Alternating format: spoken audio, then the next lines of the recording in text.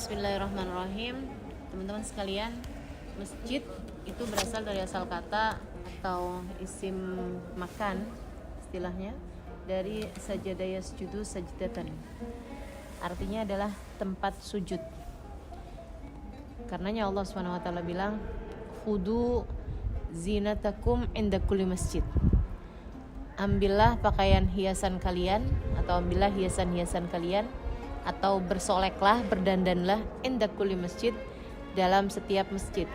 Bukan artinya kita kalau mau masuk masjid disuruh berdandan, akan tetapi artinya kita setiap kali menuju sujud, menuju tempat sujud, menuju sholat, kita diperintahkan untuk berdandan. Jadi asal kata dari masjid itu adalah tempat untuk sujud.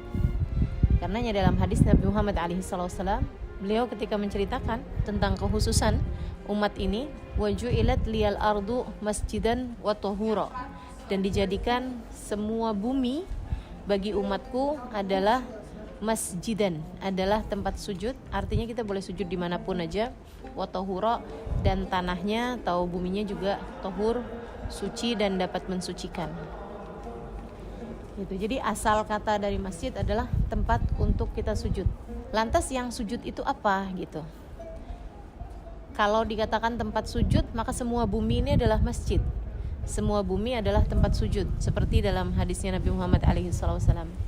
Nah, ketika kemudian satu tempat dijadikan sebagai sebuah masjid, artinya bahwa tempat tersebut diwakafkan oleh pembangunnya sebagai khusus untuk tempat sujud, sebagai masjid yang kemudian terkena hukum-hukum masjid, dalam artian perempuan yang haid tidak boleh masuk di dalamnya, kemudian lagi disunahkan untuk beriktikaf di dalamnya, dan juga diperbolehkannya sholat Jumat di dalamnya.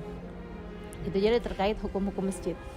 Akan tapi kalau dikatakan masjid sebagai tempat sujud, maka semua tempat dimanapun saja selagi tidak ada najis, kita diperkenankan untuk sujud di tempat tersebut. Nah, kalau kemudian kita mengartikan sujud itu sendiri apa dan siapa pelaku sujud gitu.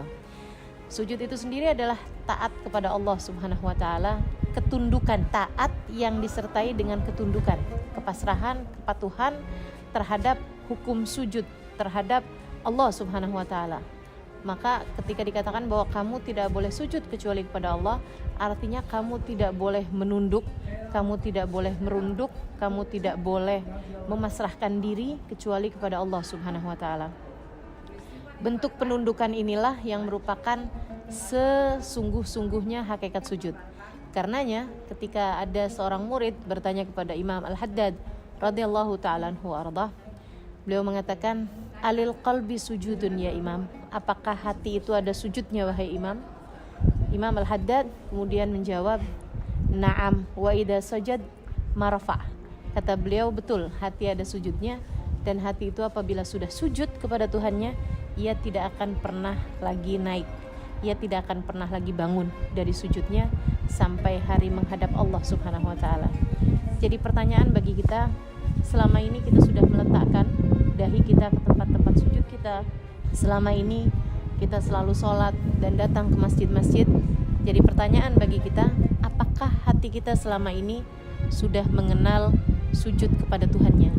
Sebab hati ini apabila sudah sujud, ia tidak akan pernah bangun kembali. Ia akan pasrah, ia akan patuh, ia akan tunduk kepada semua aturan-aturan yang diberikan Allah SWT kepadanya. Jangan sampai sujud kita selama ini hanya sekedar sujudnya anggota tubuh kita aja, sujudnya badan, sujudnya tubuh, akan tetapi tidak pernah ada sujudnya akal ataupun tidak pernah ada sujudnya hati.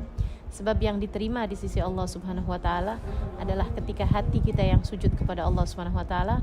Semoga Allah Subhanahu wa taala menjadikan kita semuanya sebagai hamba-hamba yang mengerti bagaimana sujud kepadanya. Wassallallahu ala sayyidina Muhammadin wa ala alihi wasallam. Walhamdulillahirabbil alamin.